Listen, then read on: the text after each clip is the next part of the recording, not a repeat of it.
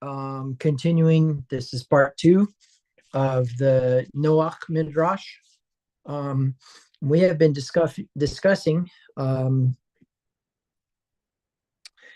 basically Noah walking with God, and then, of course, the violence on the earth. The violence on the earth. So we were about to get back into that, but I wanted to make sure that we have no questions on YouTube. No, there was no questions. Okay, well, I want to make sure also that this is broadcasting.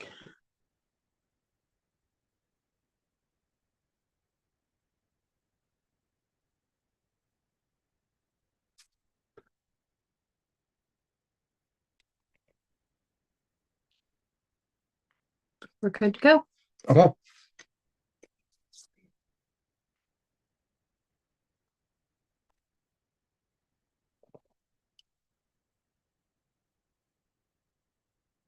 Make sure that it switches views.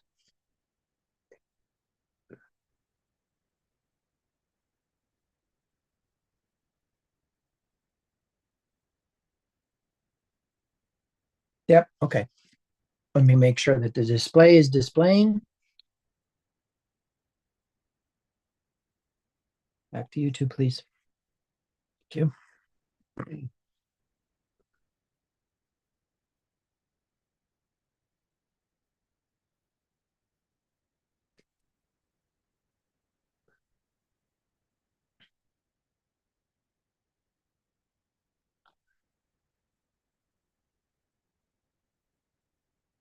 Yep. Good. A little bit of a delay there. Okay. All right. So here we are. Back to our word melah. Okay. And the concept that I want to carry forward with this is the idea of segments. So getting back into let's see, let's go ahead and share. Let's unshare this screen. Let's go back to sharing this one.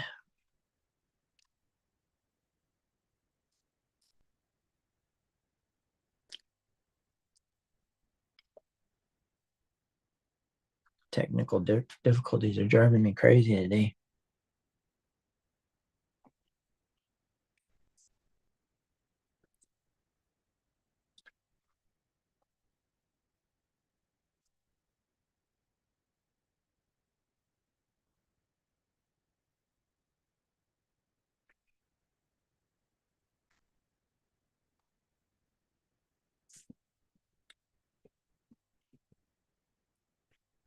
Okay. I think I actually got it to work now. So we'll share it on this screen.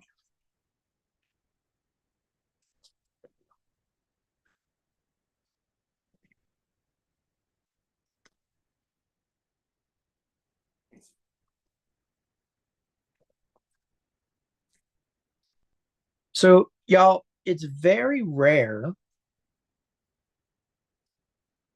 that a Hebrew word is actually, let's not do yellow. It's very rare that a Hebrew word is actually the actual meaning of the word in the ancient pictographic Hebrew. So in the ancient pictographic Hebrew, we have a drawing of water. Okay. In fact, let's actually put some color to this. So we have the drawing of water. And then let's say that I'll use green for the shepherd's crook. And then we have the drawing of the shepherd's crook. Now we know that the water is in the place of honor, meaning it's augmenting or changing the other letter. Okay. The shepherd's crook, let me label these. This is water. The shepherd's crook is authority.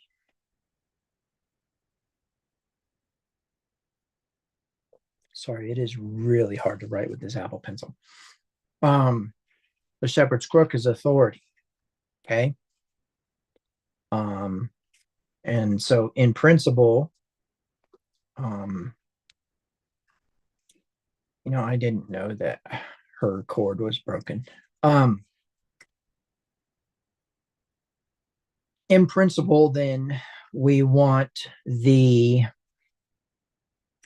understanding of water to be brought forward. So what is the understanding of water here? Well, there's two elements to it. The first part is that water equals chaos. Okay? Or water equals mighty. Okay? And the second is that water is vast, but that is a function of mighty. Okay? So we can deal with vastness in the sense of it being very, very large, and mightiness in the sense of possibly in the sense of power, as in strength in numbers. Now, the illustration that I want to give here is of a vessel. So the concept being brought forward would be just this container, okay? Now, this container contains a number of different elements, okay? Or what we would say contributions. Oh man, I didn't know you could do watercolors with this. That's cool. Okay, so the way that I want you to think about it is that when this vessel is full, that is not the end.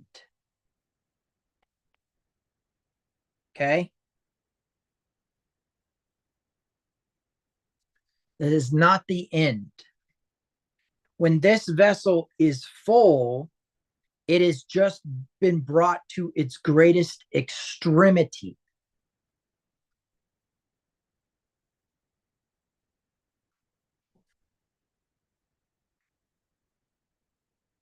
So meleh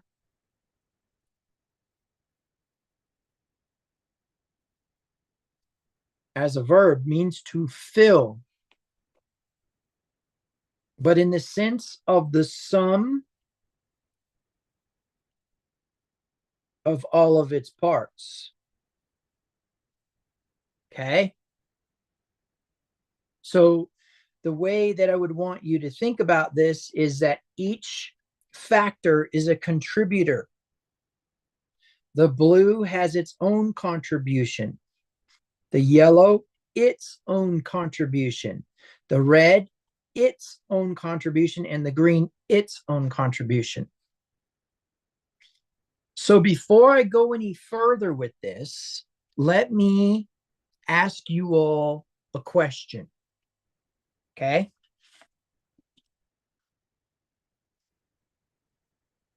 Does the word meleh or fulfill mean completion in any sense?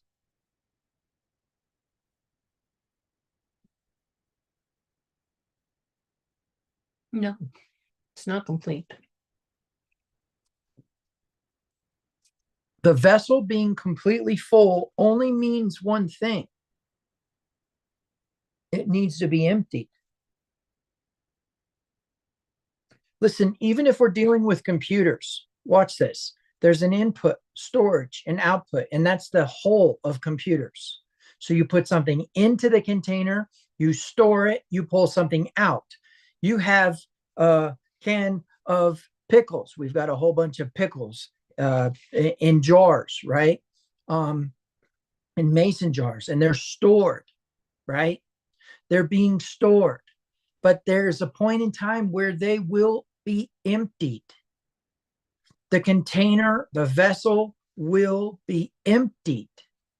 And so when it says the end of all things has come before me, and the earth is filled with violence,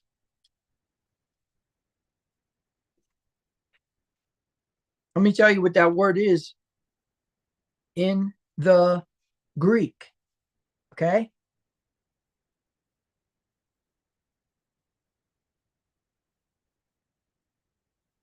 That word in the Greek is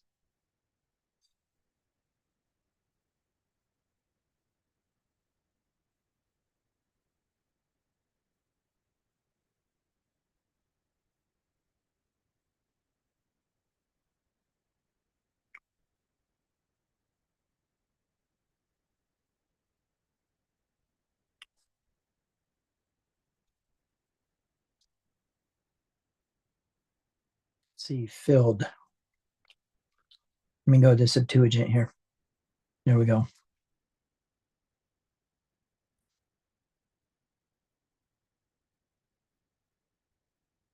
I believe it's this. Yep. And it is, so it's plepemi, okay? From Paleo. Now, let me tell you where this is going to become relevant for you, okay?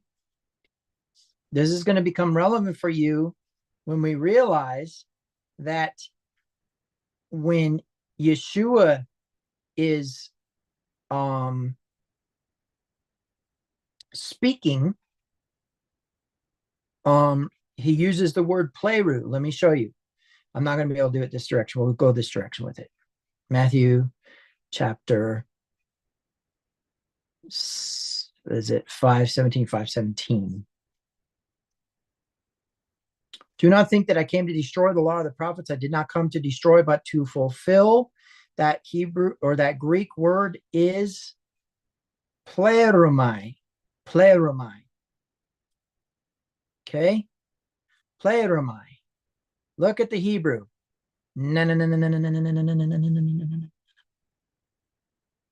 Y'all feel me?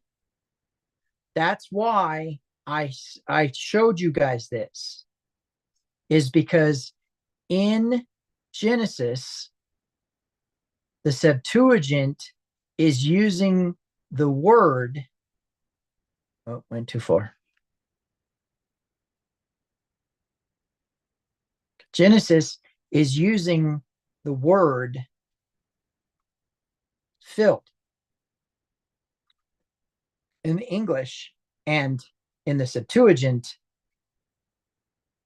plepemi, which is the same root as pleru.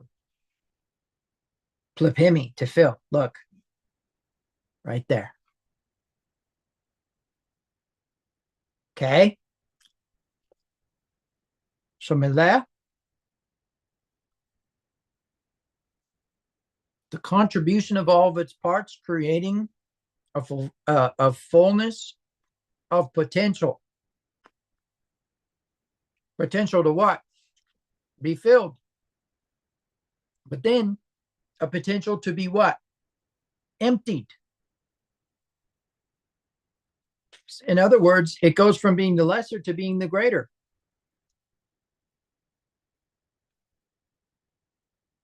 So now, Hamas.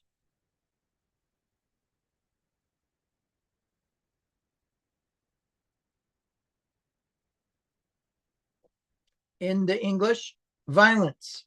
In the Hebrew, Hamas. Hamas. Strong's H2555. Hamas, Hamas,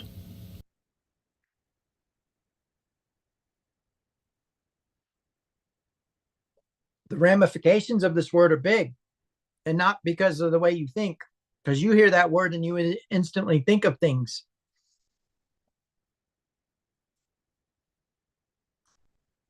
The word Hamas has to do with the 5 fingers of the hand taking hold of the sword, preparing for war, preparing for unaliving people, preparing to be drawn, which means it's a potential for violence. It's a potential for destruction. So let me get this straight.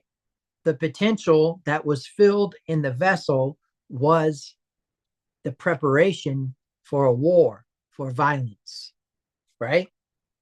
That is what the earth is filled with, using our word fill in its fullest mechanism.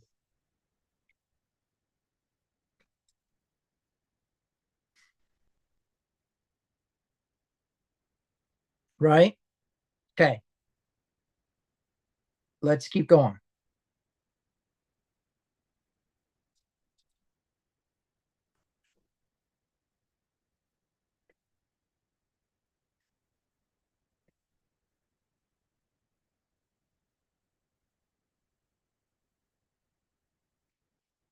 So now, to fill the earth with violence has a very different kind of concept.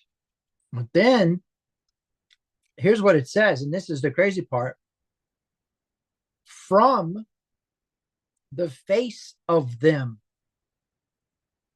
So it says face is in the plural construct. Construct is of. Face of them. Face is this word here. Them is this conjugation or this pronominal suffix, and from is that mem, that first mem, that one that's highlighted orange right now. So let's discuss this for a minute.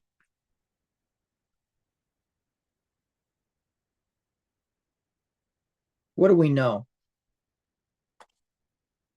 We know that there was a mikvah coming.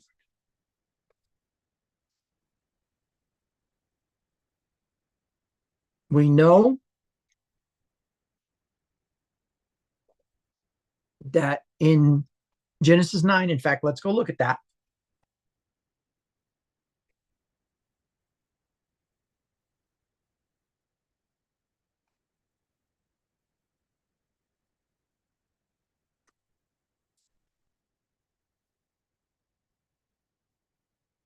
Torah has a potential to be not reactive, but to be cause and effect type of a system. So the instruction concerning what should have been happening before the flood is contained in Genesis 9, right? So in Genesis 9, it says, I'll read the Noahic laws here. So God blessed Noah and his sons and said to them, be fruitful and multiply and fill the earth. The fear of you and the dread of you shall be upon every beast of the earth, on every bird of the air, on all that move on the earth, and on all the fish of the sea. They're given into your hand. Every moving thing that lives shall be food for you. I have given you all things, even as the green herbs. But you shall not eat the flesh with its life, that is its blood. Surely for your lifeblood will I demand a reckoning from the hand of every beast. I will require it. And from the hand of every man, from the hand of every man's brother, I will require the life of man. Whoever sheds man's blood, by man's blood shall it be shed. for in the image of God he made man. And as for you, be fruitful and multiply, bring forth abundantly in the earth and multiply in it. Then God spoke to Noah and his sons with him, saying, and as for me, behold, I establish my covenant with you and with your descendants after you, and every living creature that is with you, the birds, the cattle, and every beast of the earth with you, of all that go out of the ark, every beast of the earth. Thus I establish my covenant with you. Never again shall all flesh be cut off by the waters of the flood. Never again shall there be a flood to destroy the earth. Okay, that's the Noahic laws, right? So what is it? Violence towards humans, violence towards animals, the accountability of that violence for the sake of humans only. Doesn't say anything about the accountability of the violence towards animals, but it does say to treat them a certain way because they're afraid of you, right? Okay, so in that thread, I want you to think about the function of I want you to think about the function of this commandment being the instruction that was written on the hearts of the people who were not supposed to perish in the flood. You feel me? This commandment being on the hearts of the people who were not supposed to perish in the flood. Meaning what?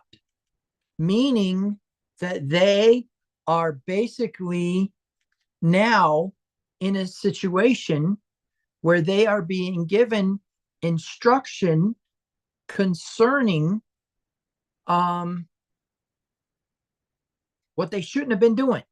So basically the justification for the flood comes and in the sense of there being a writing on the hearts versus the letter telling why the flood happened, so to speak. So in that sentiment, then we can identify that the violation of the Torah of the heart it determines that there needs be a mikvah to alter the status once the conscience has been awakened by the violation of Torah. A change in status, a rising of self above the waters in the ark, right? You guys get this?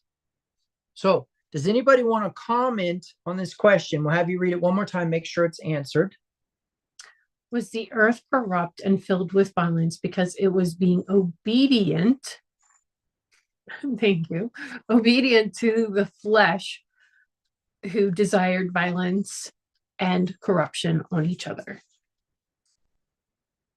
So was the earth filled with violence and corruption because of man's dominion over it, and they were filled with violence, so therefore the earth also was filled with violence.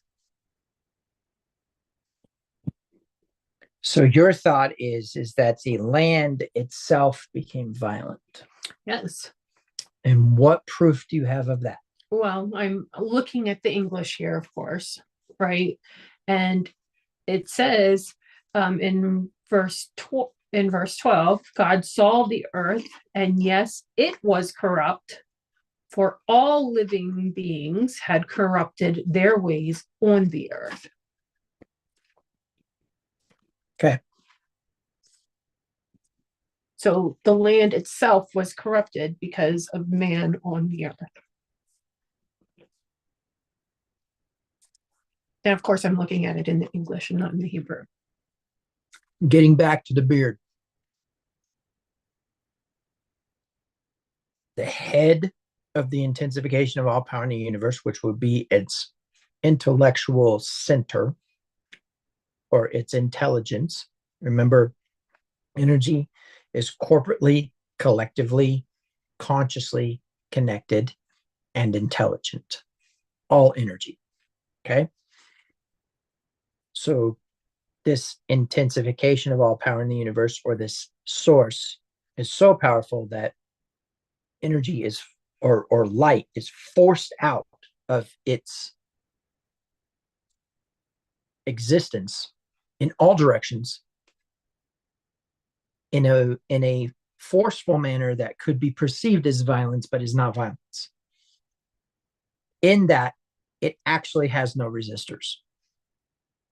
It is not resisted, and it does not follow the rules of resistance.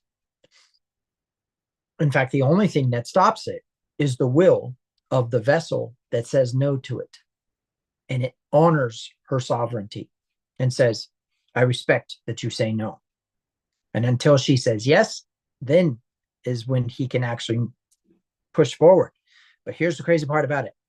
The earth as an Elohim, just like me as an Elohim, has a beard. Now, why is this so important? I'll show you.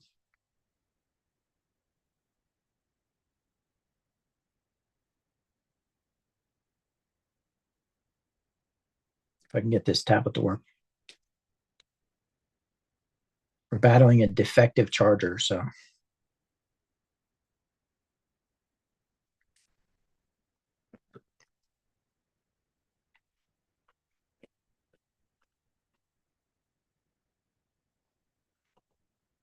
$13. Oh, wait. Gotta go back to 6. Oh, it crashed. Gotta go back to 6. Okay, verse 13. How's it read in the English? Oh my gosh, this thing keeps crashing. And that's not the tablet, that's Blue Letter Bible. Get together over there, guys, in Blue Letter Bible land. All right, here we go. Violence through them. It's filled with violence through them. But what does it actually say in the Hebrew? It says filled with violence.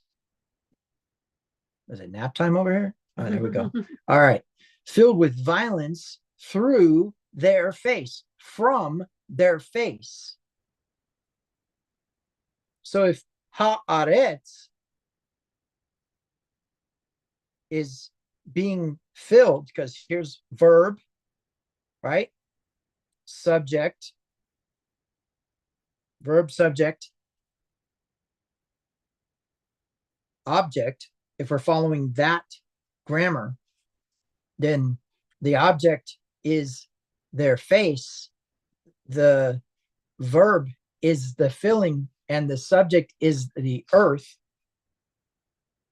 Then you can identify that from their face, whose the earth's face, right, is not, should not be plural there, but it is plural. And here's the interesting thing is this is singular, right? So the premise is we don't know who their face is, but what we do know is it's from their face. Violence from their face. And so a question that could arise is this Elohim in their egos tapping in to the power of the intensification of all power in the universe for a malevolent purpose? What do you guys think? Now I'm gonna get back to, because I asked her a proof or something. She didn't give it to me. I'm gonna give it to you guys. But what do you guys think?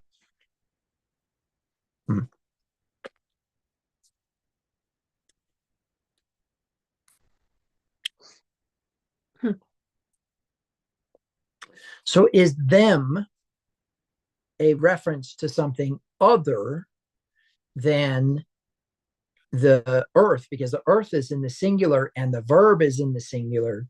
So really what it says there, and I did that say feminine? Hold on, let me look at that real quick. That might be something important. Because I believe Retz is feminine.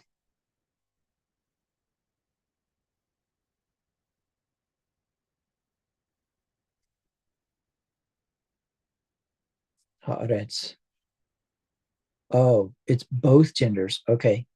But Milah is in the feminine, third person feminine. So really what this says is she, and it's not in the causative, so it's not she's caused to be filled. She is filled. She is filled. Or I'm sorry, she has filled. My bad. She has filled whoever that subject is, whether it be the earth or whether it be the them. The problem is that the them in the ancient Hebrew is in the or not in the ancient Hebrew. The them is gender neutral, but truth be told is it's actually the masculine. So it's actually saying from those men's faces. If it would have said hen, then it would be, but it says hem, H-E-M, hem, and not H-E-N, which would be hen. Hen is feminine plural third person. Hem is feminine or masculine plural third person, but can contain feminine subjects as well. So if it doesn't specifically call out the feminine, then it's kind of both. That's why it says gender neutral both. But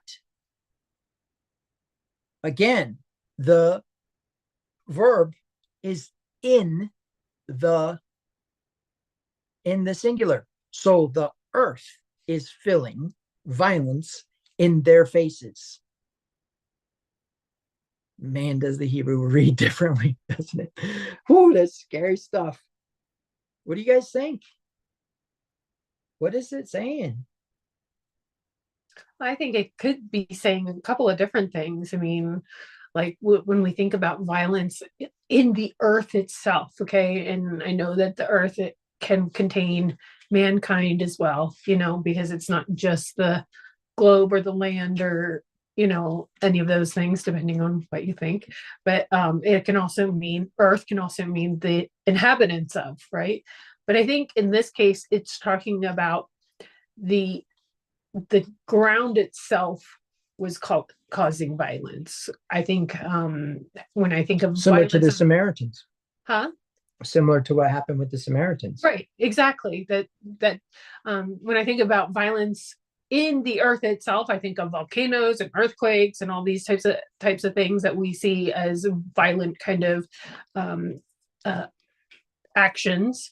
So I think that is what they were looking at, but it was my personal preference is my personal thought, not preference, but thought is that their violence was causing these earthquakes or tsunamis or all these volcanoes or whatever. And that is the correlation, that their actions were causing this action upon the earth. Okay. I'm going to ask an opinion here. He's going to throw me under the bus. Right? And since you're the one answering questions right now and other people are being quiet, I'm going to ask it to you, but everybody is welcome to answer this question. Were the people of the earth reacting to the violence of the earth, or were the people of the earth causing the violence of the earth? And this is the next question.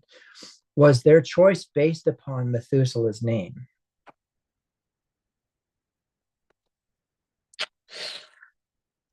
Oh,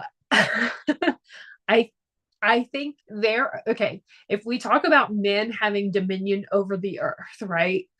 And that all of the earth is conspiring on their behalfs, right? All of creation is conspiring on the behalf of the sons of Adam to be unconditionally obedient to the sons of Adam. That's the first covenant of creation with all of mankind, that deliberate creation would exist as a mechanism. Mm-hmm.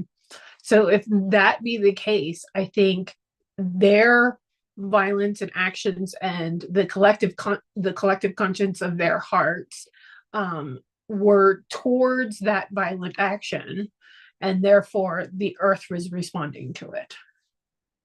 I don't think it was vice versa. I don't think the earth was responding and therefore their hearts became violent. I think their violent actions and the twisting of their heads, so that the majority of the collective conscience was towards violence, the earth was responding to it and their twisted minds. Was the earth being obedient to an instruction beyond the corporate collective consciousness of Hasatan within the human being?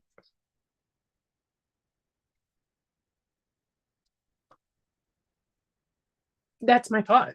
That's my thought, is that it was being obedient. No, was the earth being obedient to something beyond the instruction of just mankind? In other words, was the earth gearing up for what was about to happen? Because let me tell you what happened during the flood, according to messed up geological timetables, but correct geological phenomena. In other words, if we fix the timetable and the speed at which it occurred, the layering that occurred shows that there was a huge, huge volcanic event prior to the flood. Right. As if the earth was gearing up for the pop. And here's a crazy thing. What if, and this is just another crazy thing, what if the earth was responding to the instruction of Enoch, who said, I'm going to bring water on the earth, and then the earth responds by bringing fire so that there would be a necessity for water? That the lava would need to be cooled because we have a total geologic event occur. We have the continental uplift. We have all the crazy things happening to the earth during the time of the flood. When we fix the geologic time scale, we're looking at probably the Pleistocene era of that time scale has a huge geologic event of violent uplift that creates, and this is actually we're on the northwest corner of the Colorado Plateau, and I can tell you one of the most evident, besides the Grand Canyon, the most evident geologic event proofs of violent, fast, and collective upheaval is the Colorado Plateau, where this entire huge chunk is just shoved up out of the earth as a result of a displacement of plates, as a result of their fluidic connection to the hydrostatic equilibrium of the water all over the whole earth. In other words, it created pressures on the plates equally, thus redistributing dense material versus soft material. And I know all that stuff sounds off the wall, but I'm telling you, I sat down with my geology professor in college and was like, hey, check this out. Here's my theory. I have an idea here that this is what happened. I've got creation scientists saying this, and I don't necessarily agree with it, but check this out. If we take this era and we fix its time period, does this fall in line with what happened with the flood? And he was like, absolutely. That hydrostatic equilibrium would have caused all the plates to have equal pressure from all sides of the earth. It would have resulted in denser material rising to the top and lighter material being pressed down. Therefore, there would have been what we perceive to be uplift would be the lighter material being pressed down by the pressure of the water and the displacement of it. So interestingly enough, we have what appears to be the earth preparing for this geologic event and it being called violence, right? However, the interesting thing is that when we get back to the earth being an energy that is intelligent, how do we know that? Because in the last parasha, we have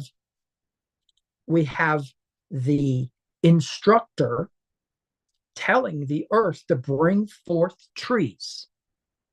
It doesn't say, and God created the trees. It says, earth, bring forth. And if something is commanded to bring forth, then it has to be some sort of vessel that can birth something, and B, it has to have some sort of insemination in which it is fertilized and brings forth. Because that is the principle of creation in human beings who are the ultimate Elohim before Yahweh. Elohim, which I believe Yahweh is the highest Elohim. In fact, Josh and I were speculating the other day that we think, well, I proposed that Yahweh is Chochmah in the tree of life. That Yahweh is the first vessel that has the ability to receive and to give. Enough about that. Concept being is maybe, just maybe, this violence that's coming from the face of them, where the earth is filling something with violence, and it seems to be the face of them, then we could conclude that the intelligences of the Elohim were actually being given instruction by the earth to be violent. So my question is, were they being violent because Enoch said the earth is going to be destroyed by a flood? And so people are like, well, since we're in trouble, we may as well get it out of our system, and destroying themselves instead of repenting. Because I'm going to tell you, when the world thought that the book of Revelation was going to come to pass in the 1900s, we had two major wars in the first 40 years. In the first 40 years, we practically destroyed ourselves. And by the 45th year, we had already figured out how to destroy ourselves. And you want a fun one? Go back and look at the 1800s. Go look back at 1800 and tell me what you see. Go look back at 1700 and tell me what you see. Every millennium that has flipped, every century that has flipped has shown itself to start with an apocalypse. Because we have this idea in our heads that we eat, drink, and be merry, for tomorrow we die. And even Yeshua said, as in the days of Noah, because they were marrying and giving in marriage. In other words, we're just going to continue. We're going to party like it's 1999. So the question being, is it the egg or the chicken first? Exactly. And I would like to hear thoughts from other people in the congregation on this. Opinions. Have a voice.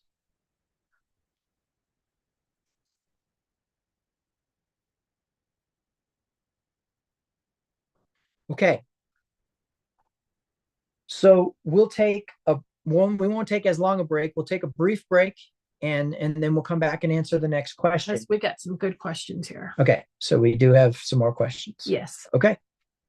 How exciting. All right. Brief break.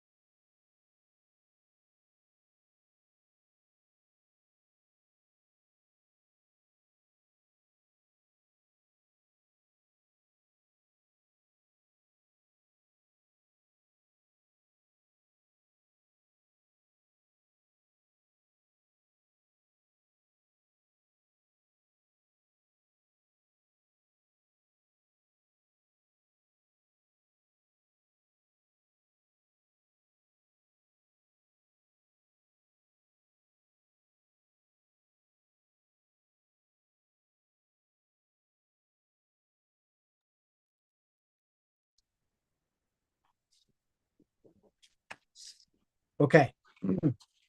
So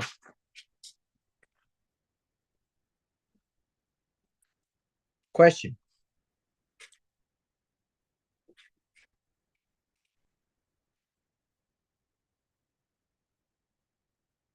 If what I am asking is true, if people decided that since they were going to be destroyed, to destroy themselves by not responding to the Torah written on their hearts, if Yeshua came and died once and for all to offer salvation both to the Gentiles and the Jews, in Romans chapter 10, verse 13, it says, all who call upon the name of the Lord will be saved. And we know that that is Joel, and it is talking about an apocalyptic event, a planet killer event in which the sun grows 7 times hotter. Can you imagine what our surface is going to be like? What the surface of the earth is going to be like? We'd have to go underground to survive. That whoever calls upon the name of the Lord will be saved. That's the reference that Paul uses to define salvation. So Yeshua came once and for all to what? And I'm going to tell you, I got this revelation now for reading the New Testament in one sitting. I read Matthew through the book of Revelation. It took about 6 hours. And in it, I got a full picture of what Paul was saying, what Yeshua was saying. All this time, I had been a prophecy and eschatological guru, thinking that I understood dispensationalism and its rapture theories and all the other junk that comes with the modern Christian's understanding of prophecy, only to end that study with a message that I'm about to say right here. If Yeshua died once and for all, why in the world would the end game be destruction? Every single prophet, including Jonah, warned the people. Did the people respond? That's irrelevant. It was a warning. And therefore, I believe the flood came because people, instead of repenting and clearing their consciences for Yom Kippur, in that a Gentile, though not having law, does the things of the law, they show that the law is written on their hearts. That standard cannot just be for New Testament Roman occupied Israel humans, but for every human that was ever born.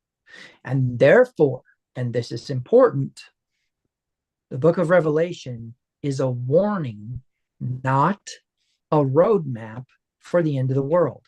And not only that, but it is a warning to let people know every step of what's going to happen. So let's say we get into the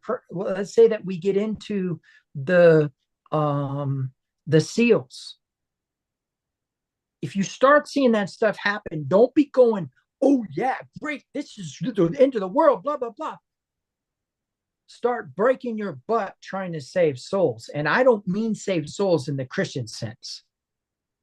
I mean reconnect a human being to their higher self in an intuition of the connection between them and their creator, so that it's not here and here, but here. Because that's what Yeshua said, the kingdom of heaven is within you. They went into the synagogues preaching the kingdom of heaven.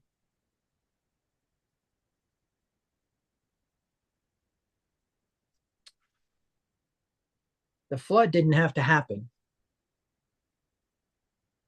And now you see that the earth was responding to an instruction given by a prophet. which should tell you a lot about prophets and the burden they carry.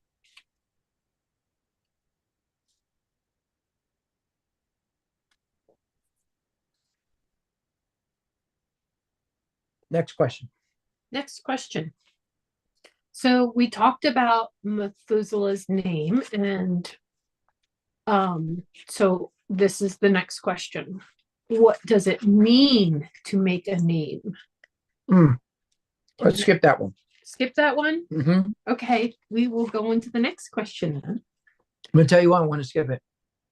I want to skip it because it's my question, and I'd rather address the other congregation's questions first. Okay. This one is from Cindy, and it says in Genesis 11, verse 5 through 8, who is Adonai speaking to?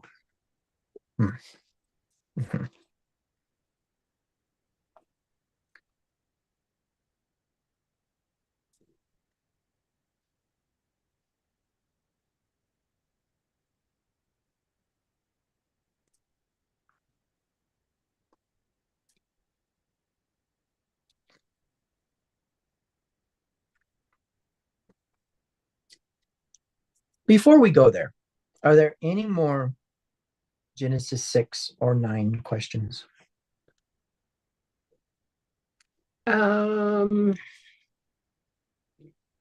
There is 8 and 9 questions. Questions from 8 and from 9. Cindy, I'm going to go ahead and jump over to those first, and then we'll go to Genesis 11. So we're kind of in sequence with the story. Okay. Okay. Go ahead with the Genesis 8 question. Okay, so what is the correlation between Noah removing the covering of the ark and the surface being dry in 8:13 and Noah laying uncovered and it being shameful in verses 9 or chapter 9 verses 20 and 21? Okay.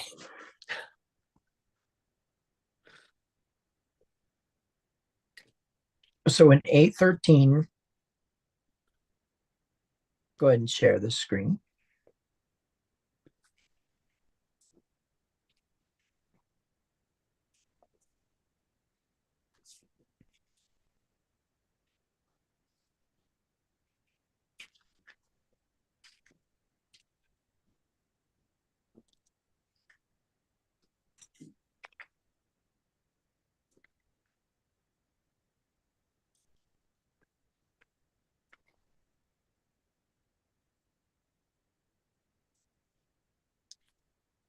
It came to pass in the 600th year, in the 601st year, in the first month, the first day of the month, that the waters were dried up from the earth.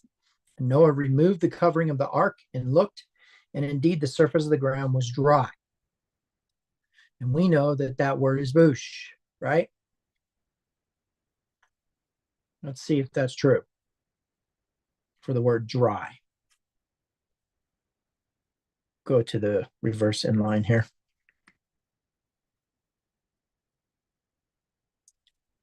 Charav, a very different word. To be desolate. Yeah. So it doesn't mean dry or necessarily shameful, right? It's completely different. Right. Okay. So we'll address Charav in a minute, but let's look at that word uncovered.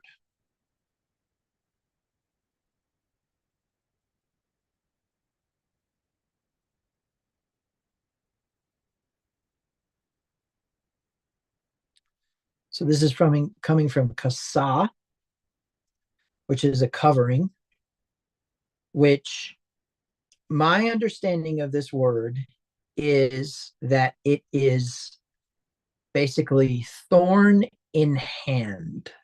Okay. I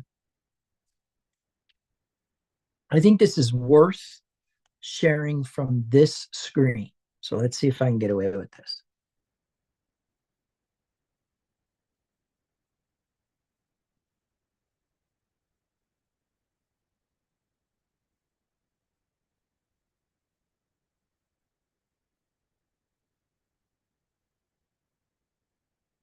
Okay.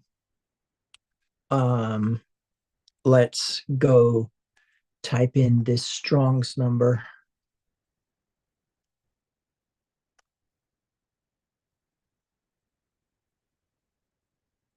It is 4372.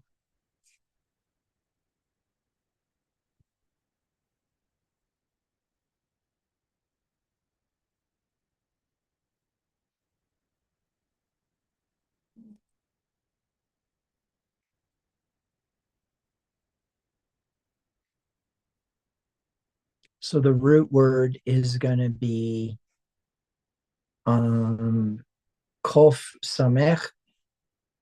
Oh, I see. He doesn't give a pictographic definition or a nomadic definition, but it is the drawing of the hand and of a thorn, which would be thorn in hand. A seat is like a cup that holds or conceals a person, a covering of something to cover a group by counting. Keys, stool, seat, or throne. Kasha, a jug or vessel. Kasit, an inkwell. Kasut, a raiment. Miksa, value, number assigned according to its amount, importance, or need. Tribute, scales. Thorn in hand from scales. How interesting is that? And it's actually, the conjugation is kashet, which is the word for rainbow. We're not going to get into that right now. Kasas, estimate. Kisa, seat, like a throne. Kise, a seat. Kasa, a covering. To cover, like a disclosure of recognition, or to place out of sight, to completely cover or hide. Alternative is kisha. Miksa is a roof covering. Interesting. Kus, a cup, holds its contents. Kus, or cup, or vessel. An unknown species of bird. Kis, a cup or bag that conceals its contents. Nikas, wealth, as in something concealed in a bag. Huh. Okay, so what I see from that, in the sense of a thorn in hand, would be the idea of a person holding a bramble, or like a tumbleweed in their hand, creating that hedge of protection, or starting to create that hedge of protection. And so the idea would be to cover or protect, right? So it's not necessarily cover as in a hat covering my head, but instead a covering in the sense of protection.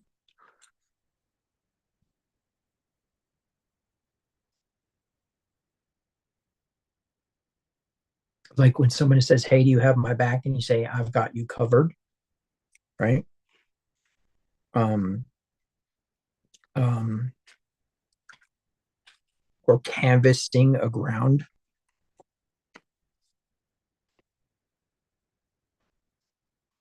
So let's find out if that is the same concept of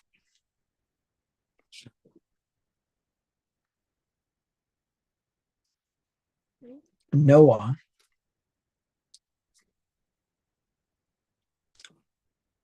having his nakedness uncovered.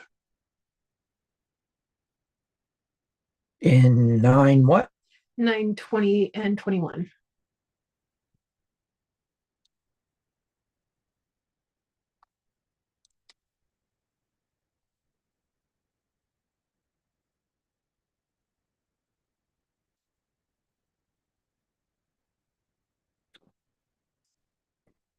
Noah began to be a farmer, and he planted a vineyard, and he drank of the wine and was drunk and became uncovered in his tent. It goes on to say, and my verses might be off differently in my scripture, but it goes on to say that Ham, the father of Canaan, saw his father shamefully exposed. So there's a shame there, being with him uncovered.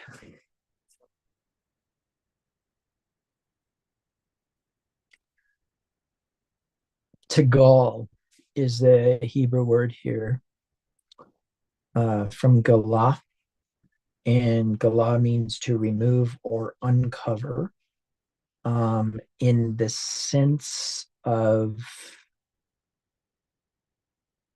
that's interesting because a gall is a wheel or a cycle or an itinerary to discover oneself, to show oneself, and the Heath pile to be uncovered. Is it in the Heath pile? I think it is, probably. Let's take a look here. It is in the Heath pile. Look at that. Heath pile. What do we know about the Heath pile? It is reflexive. So we have third person masculine. He uncovered himself. He uncovered himself. He didn't become uncovered. He uncovered himself. In the midst of his ohel tent. Let's see. And it says that he laid down shakar, this Hebrew word. Oh, drunken. He was drunk. Okay.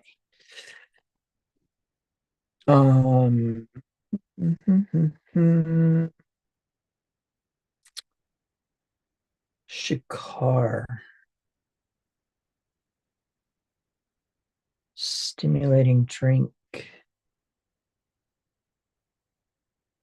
Superflative. To give drink, to irrigate, to water.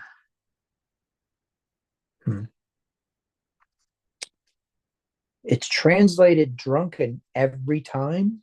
No, it's not. It's translated drunken, drunk, filled with drink abundantly, and were merry. To be intoxicated. Shin kaf chesh. Hard to figure that one out. It's an adopted root for one thing. I wonder if we would get a freebie if we went into the ancient pictographic Hebrew here and just put in the Strong's Concordance number. I will share the screen if that shows to be true. 7937.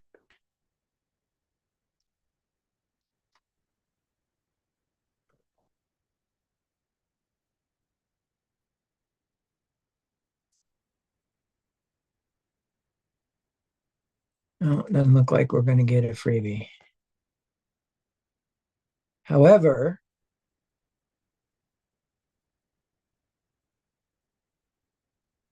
shaker or shakar is a liquor. Shakur is a drunkard. Shikuron is drunkenness. So these are definitely all relevant in that way. Okay. So let me say this. We have been taught as Christians that Noah was an alcoholic or a drunkard. Drinking to the point of intoxication one time does not make him a drunkard. And I know people are trying to make us imperfect compared to the perfect Messiah, right? That was the whole point. Noah was a drunkard. Moshe was a angry man. David was a adulterer and a murderer. Isaiah was this, Ezekiel was that, blah, blah, blah. To say that imperfect people wrote the Bible because of blah, blah, blah, blah, blah. But he uncovered himself.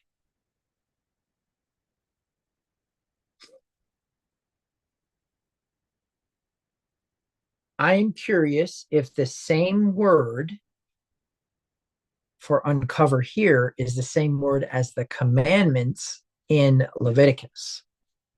So let me go ahead and share this screen again with you. We really need a video switcher. Yes.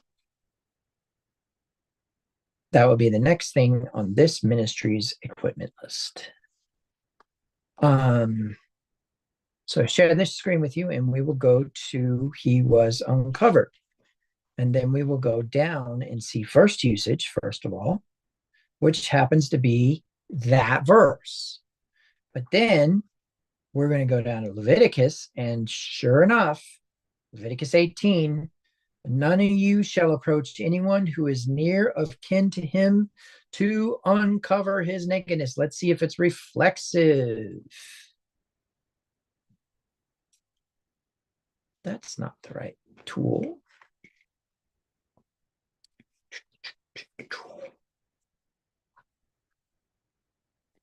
PL. So it is the intensive. So let me explain to you the ramifications here are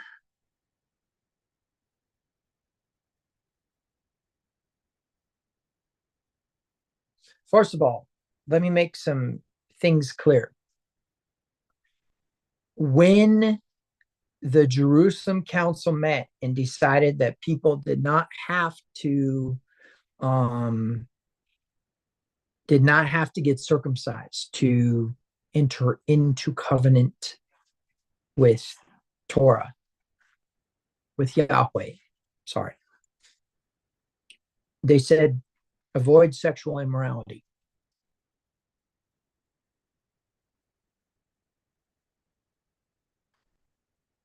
Christianity has this whole slew of things that it is defined as sexual immorality that are not in James's repertoire of sexual immorality. But let me make something clear.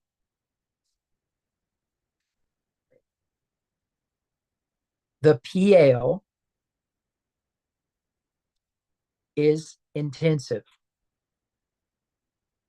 He broke in the PL becomes he smashed. He uncovered in the PL becomes he removed violently. When it talks about uncovering nakedness, it is talking about sexual assault. So we could look at this in one of two ways. We could look at this that Noah intentionally uncovered himself for the purpose of that, which we know that David had similar behaviors. Or we could look at it that he did that in the privacy of his tent, but then was later invaded by the sun. The next verse says in Genesis, I'll read this one in Leviticus real quick. The nakedness of your father or the nakedness of your mother you shall not uncover. She is your mother, and you shall not uncover her nakedness. 7. So then this will go back to Genesis chapter 9. The word then says in 22, and Ham, the father of Canaan, saw the nakedness. Let's take a look at what we see in the Hebrew here.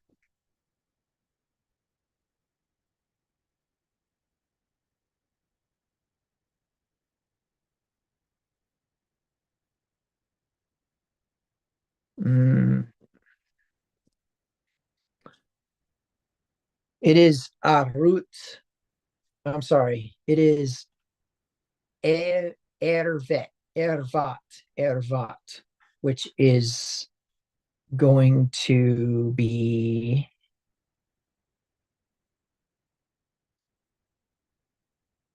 shame. To be bare, nude, uncover, leave destitute. Very different from the word naked from last week.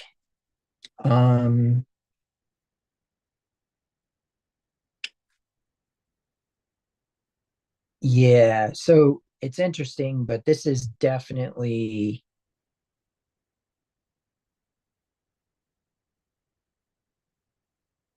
leaning in that direction. Now, I can tell you the rabbis kind of go in two different directions here.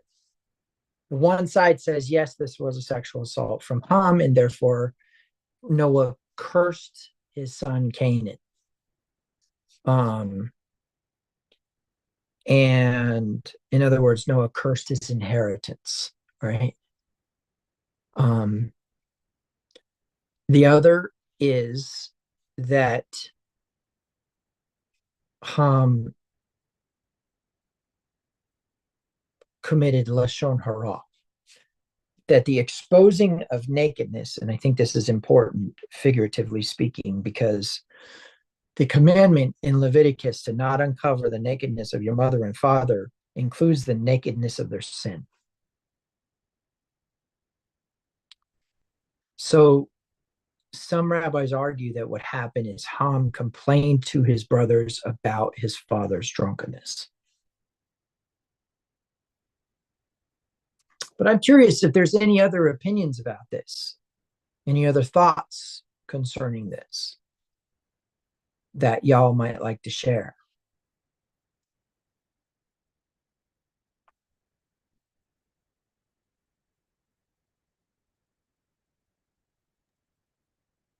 Go ahead, Yehoshua. Yeah, I think just starting with the, drank of the wine and became drunk. I think that's really interesting. Like, I think part of it you could say, okay, you just came through this crazy thing where everybody was destroyed and you've been on this boat and you've come off, and who knows, how long it's been. I mean, I guess it's been at least, do we know, a couple of years or whatever? Maybe not. 120 days, I believe it was. No, it was a year and 20 days. A year and 20 days. Okay. Because it went from the second month, right, of his 600th year. And by, it says in I'm looking at verse 13 here, by the first day of the first month of the 601st year, the waters had dried up off the earth. So they were in the ark for over a year and 20 days. Yeah, and I kind of remember something about a Torah cycle. Mm-hmm. They were in it for a whole Torah cycle. So, go ahead, you. Yeah, so what is wine associated? Is that associated with what's it? It's Givorah, right? Wine, judgment. I think so.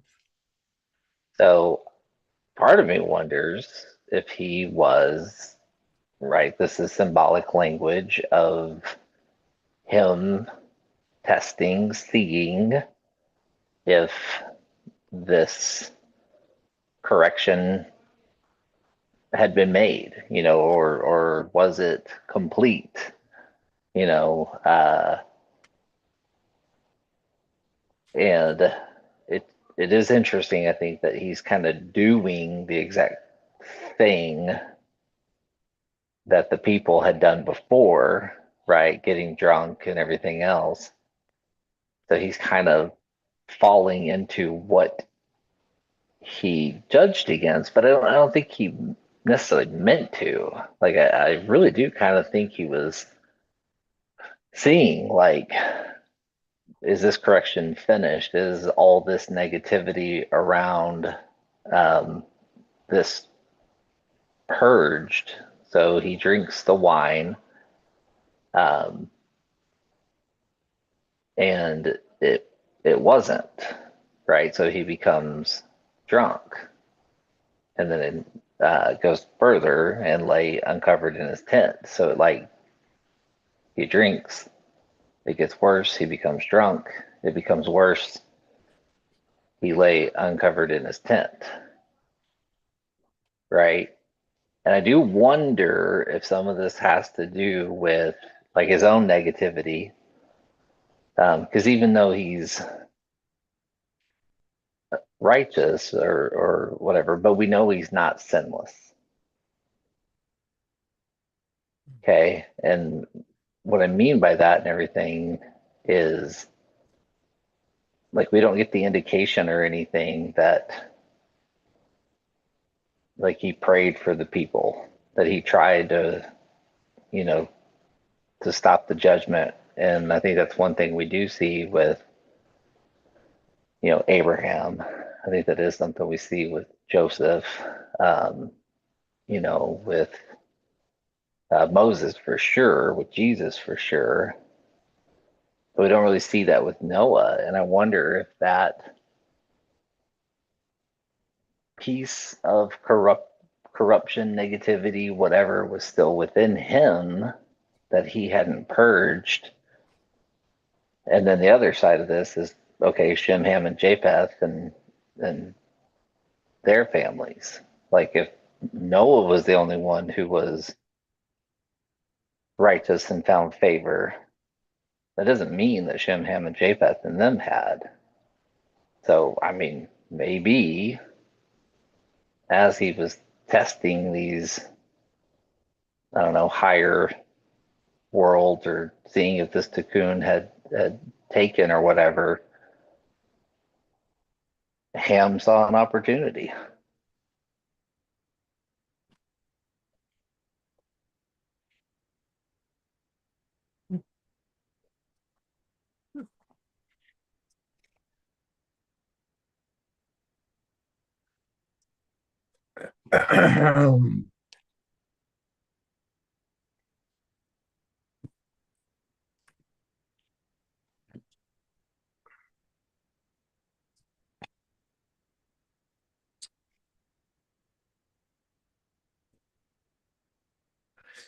Well, so I think one of the things that we can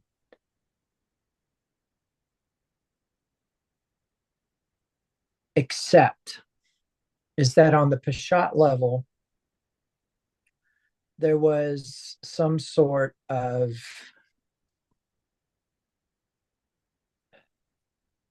violation of Leviticus 18. When I say on the Peshat levels, I say that what the literal seems to indicate is an assault. What the figurative, or what the remez or drash would indicate, is that it was an exposure of Noah's faults. The fact that he exposed his own nakedness, he uncovered himself. He didn't become uncovered. He uncovered himself. There's no causative there. Something else didn't cause him to become uncovered. He uncovered himself. We either lean in the direction of some sort of element of incest, or we lean in the direction of guilt, uncovering his own nakedness, uncovering his own frailty, which leans more in the direction of what Yehoshua is saying here. What Josh is saying is, yeah, he wanted to know whether or not the spirit of that was dead. And so he tested it and found that it was not. And I think it's interesting that this incident predates the first sacrifice, right? The first sacrifice after the flood occurs after the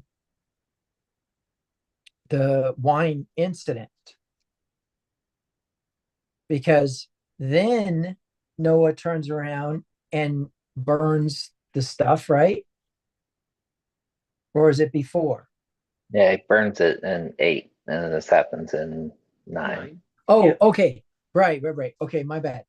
Yeah, so then that leans back in that other direction of saying that this is like a guilt or a shame to separate him from the table fellowship that he established with Yahweh to begin with, which brings us to the rainbow, right? That this thing appears in the sky and it is a covenant that gives gives Noah the insight that the ground was no longer cursed. And so now Noah can go plant vineyards, right? So I wonder if I agree with you on that, Yehoshua, that he was exposing the guilt or the shame of his ego concerning the flood. And I will throw out there, I'm just going to say this: a human being in their right mind, being the only one to survive, is going to have survivor's guilt. A human being in their right mind being told by the divine that they're the only ones who deserve to live is a head trip.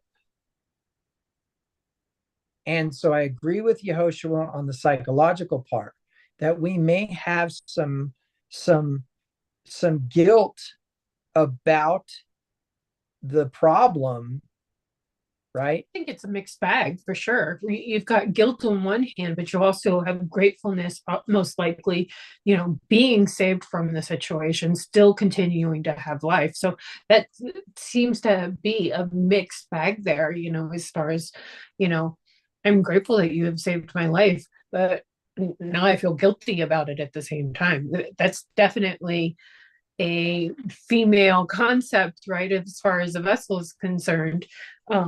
You know, Thank you for the light, but yes, thank you for the light. I feel guilty that I can't give it back. Exactly.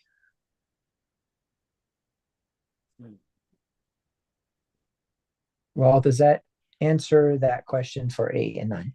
Yeah, I think so, because the question really was comparing the two of them, and we see, like, by looking at the in the English, it seems like they should match somehow, because it's a removing of the covering and then seeing a dryness or shamefulness, but the words aren't the same as in Hebrew. Oh, They're not the same. I just had another thought pop into my head too. Okay. Shem, right, is, lack of a better word and everything, child of the promise, or it seems that it goes through his line. But a thought just popped into my head that Ham inherits or populates the promised land, as it were. And so maybe part of this is him taking from what Noah was going to give to Shem, and then Noah cursing Canaan immediately and blessing Shem. So, like, okay, it's going to happen, but it's only going to happen for a short period of time because Noah intervenes. That just popped in. Wow. One of the things I was noticing in this, and then we'll move on to this next question. And I think we'll take a break. And then the third section will be about the Tower of Babel. And maybe we'll get into the rabbi's nugget about the rainbow. We'll see. But the thing that comes to mind here is that Japheth ends up giving birth to. Give me 1 second. Let me look at this list so I can help you guys understand where my mind is actually going with this, because I don't want to confuse you. So let's take a look here.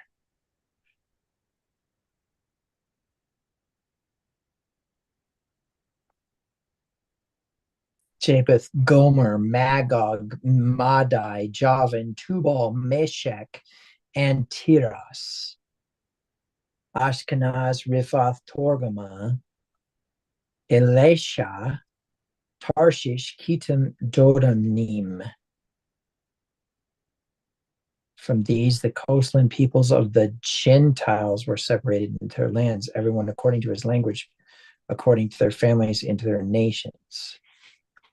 Sons of Ham were Cush, Mitzrayim, Put, and Canaan. Sons of Cush were Sheba, Havilah, Sabta, Rama, Sabtacha. The sons of Rama were Sheba and Dedan. Okay, so let me see if I can lay down what I'm tracking on here. So Japheth is the father of all Gentiles. And Shem technically is the father of all Shemites. So the Gentiles and the Jews covered Noah's nakedness.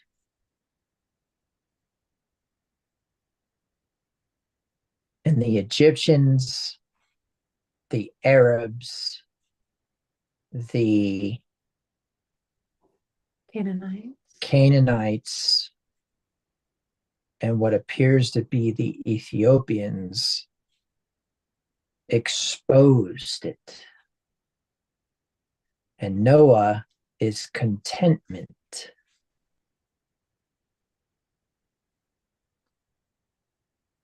Y'all feel me on this? Japheth and Shem, the oldest and the youngest, covered their father's nakedness.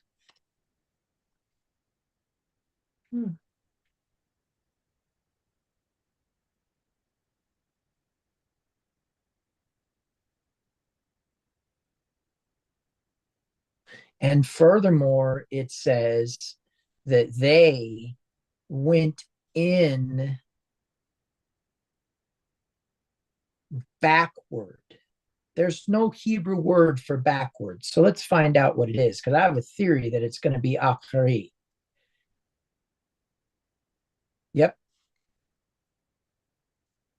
From achor, which is not backside or backwards, but it's actually a combination of ach, which is brother, and ra, which is friend, well, in this case, bad or evil. But the idea is that they had to look into the ancient in order to recover for their father. Achre means ancient or previous time or past, because the premise is that, and it says that they walked in that. In the Hebrew, it says Ve'yalechu achroranit.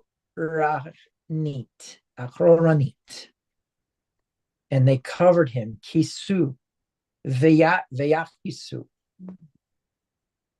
So where he uncovers, where he uncovers the door of the ark, they cover him as the door of the ark, and specifically the nakedness of Leviticus 18. So they cover his nakedness, they reverse it, or they tikkun it. So is this them redeeming their father, or is this them reminding him of his identity from he made him who knew no sin to become sin for us, so we might become the righteousness of God? Is them restoring his identity as the righteousness of God what they're doing here? Instead of it just being they walked in and threw a blanket on him by walking backwards because they threw it on their shoulders. This is literally saying they took the burden of the nakedness and turned around and rectified it. And it happens to be the Jews and the Gentiles who did it. The Shemites and the Goyim, not the Aravi, not the Arami, not the Aramaics, not the Arabics, not the Ethiopians, not the Egyptians, not the Cushites. Whew.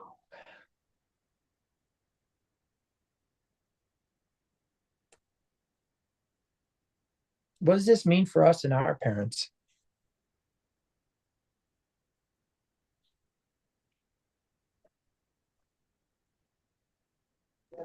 See their humanness and not what we think they are. Yes, Paul K., I agree.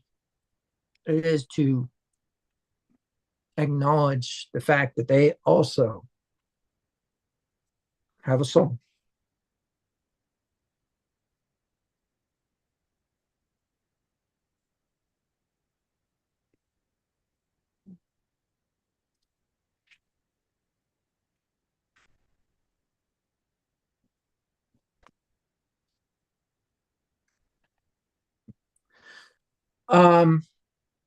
Okay. Why don't we take another little bit longer break? And we will come back and we will get into the Tower of Babel, which is where we're heading next. For those of you who won't be back, Shabbat Shalom.